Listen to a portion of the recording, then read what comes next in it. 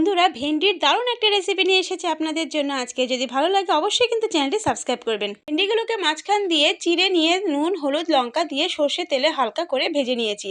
আমিও এতে আলুও দিয়েছি, যদি আপনারা আলু না চান তাহলে স্কিপও করতে পারেন। আলুটাও ভেজে নিয়েছি। এরপরে সর্ষের তেলের মধ্যে সাদা জিরে ফোড়ন দিয়ে আদা বাটা রসুন বাটা পেঁয়াজ বাটা দিয়ে আমি 2 মিনিটের মতো ফ্রাই করে নিয়েছি তেলের মধ্যে।